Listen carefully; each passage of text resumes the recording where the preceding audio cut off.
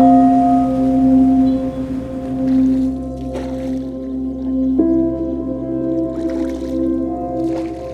Meena Palaniappan, Chapter Chair of Young Indians Kochi.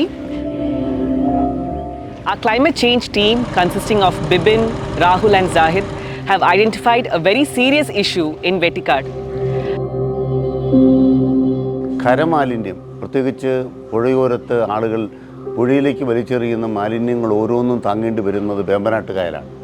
അതുകൊണ്ട് ഇനി നന്നാക്കേണ്ടത്, നവീകരിക്കേണ്ടത് വേമ്പനാട്ടുകായലാണ്.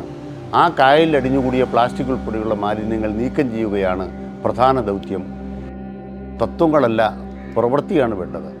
ആ പ്രവൃത്തിന്മുഖ സാക്ഷരതയുടെ പാഠമാണ് ഇപ്പോൾ യങ് ഇന്ത്യ കൊച്ചി വേമ്പനാട്ടുകായലിൻ്റെ ഓരത്ത് നിർവഹിക്കുന്നത്.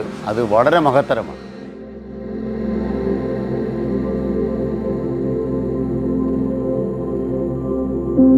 ഇപ്പോൾ ഉണ്ടായിരിക്കുന്നൊരു പ്രധാനപ്പെട്ട പ്രശ്നം മീനച്ചിലാറിൻ്റെ കൈവഴികളിലൂടെ ഒഴുകി വരുന്ന മാലിന്യങ്ങളും എക്കലുമെല്ലാം വന്ന് അടിഞ്ഞ് ഇവിടെ യാത്രാ സൗകര്യമില്ലാത്ത സ്ഥിതിയിലേക്ക് ജനങ്ങൾ കഷ്ടപ്പെടുന്നൊരു മേഖലയാണ്. വള്ളങ്ങളിൽ ജീവിക്കുന്നവരെ സംബന്ധിച്ചിടത്തോളം അവരുടെ എല്ലാ തരത്തിലുള്ള ജീവിതത്തെയും പ്രതിസന്ധിയിലാക്കുകയാണ്.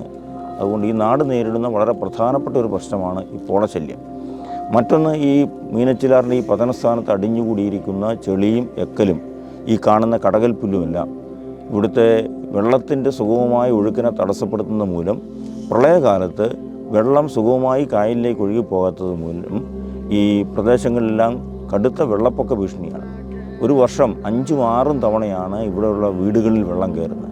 അതുകൊണ്ട് ഇവിടെ ഇപ്പോൾ യങ് ഇന്ത്യയുടെ നേതൃത്വത്തിൽ പരിസ്ഥിതി സംരക്ഷണത്തിൻ്റെ ഭാഗമായി നിങ്ങളിവിടെ ഏറ്റെടുക്കുന്ന പദ്ധതി എന്ന് പറയുന്നത് വലിയ തോതിൽ ഈ നാട്ടിലെ കൃഷിക്കാർക്കും പാവപ്പെട്ട ജനങ്ങൾക്കും വലിയ സഹായകരമായി തീരും.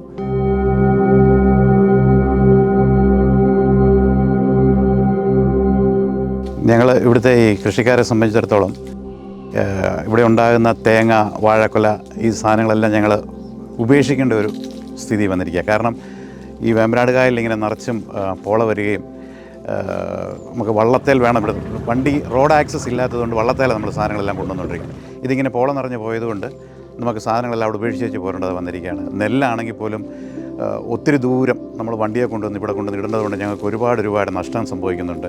കുമരകം ബേർഡ് സാഞ്ചുറിയോട് വളരെ അടുത്തിരിക്കുന്ന സ്ഥലമായതുകൊണ്ട് അവിടെ കൂടുന്ന കിളികളെല്ലാം തന്നെ ഇവിടെയും വന്ന് റെസ്റ്റ് ചെയ്യുന്ന ഒരു സ്ഥലമാണ്. ഇതിങ്ങനെ ചെറിയായിട്ട് ഇങ്ങനെ ഇത്ര ഏരിയ ഇവിടെ കിടക്കുന്നത് കൊണ്ട് ഇവർക്ക് വന്ന് വൈകുന്നേരങ്ങളിൽ ഭയങ്കര ശബ്ദ കോലാഹലമാണ്. ഇവിടെ കിളികളെല്ലാം കൂടെ വന്നിരുന്ന് ചിലച്ച് ഉച്ചയിൽ കയറുന്ന സ്ഥലമാണ്.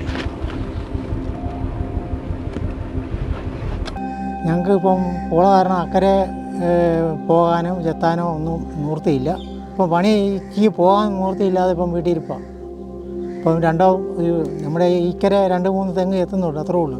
ബോട്ട് പോലും യാത്ര, ആലപ്പുഴ കോട്ടയം ബോട്ട് പോകാൻ ബുദ്ധിമുട്ടാണ്.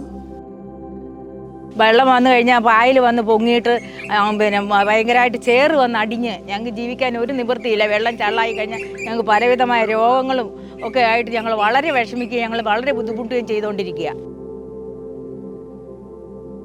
ഇവിടെ ഈ പായൽ വന്ന് അടിയുമ്പോൾ, ഇവിടുത്തെ മണ്ണ് വന്നടിയുമ്പോഴും ഒക്കെ ഇവിടുത്തെ എല്ലാ പൊതുവായുള്ള കാര്യങ്ങളിൽ ഒരുപാട് പ്രശ്നങ്ങളുണ്ടാകുകയാണ്. കാരണം ഇവിടെയുള്ളവർക്ക് ഗതാഗത സാധ്യതയില്ലാതെ വരുന്നു. അതുപോലെ സാംക്രമിക രോഗങ്ങൾ പകരുന്നു. അതുപോലെ കൃഷി സംബന്ധമായ കാര്യങ്ങൾ, വളവും ഇതും ഒന്നും ചെയ്യാനായിട്ട് കൊണ്ടുപോകാനായിട്ട് യാതൊരു മാർഗവുമില്ല. അതുപോലെ മത്സ്യത്തൊഴിലാളികൾക്ക് മത്സ്യം പിടിക്കാൻ പോകാൻ നിവൃത്തിയില്ല. അതുകൊണ്ട് ഈ ഒരു സംരംഭം ഇവിടെ വന്ന് ഇത് ചെയ്യുകയാണെങ്കിൽ തീർച്ചയായിട്ടും ഇവിടെയുള്ള എല്ലാ ആളുകൾക്കും അതിൻ്റെ ഒരു പ്രയോജനം ഉണ്ടാകും. Few impacts, few pointers which I would like to address is, one is during monsoon when we have a thick blanket of water hyacinths on the banks of the lake, it impacts the livelihood of the fishermen folk. Second is in terms of marine and aquatic life, which gets impacted as well. This dense growth brings water transport to a complete standstill, which will impact almost like 2,500 families who depend on the river for their livelihood and daily activities. The only solution to address this issue is to thoroughly clean the river mouth by removing the water hyacinths, the plastic waste, and also the newly formed mud islands.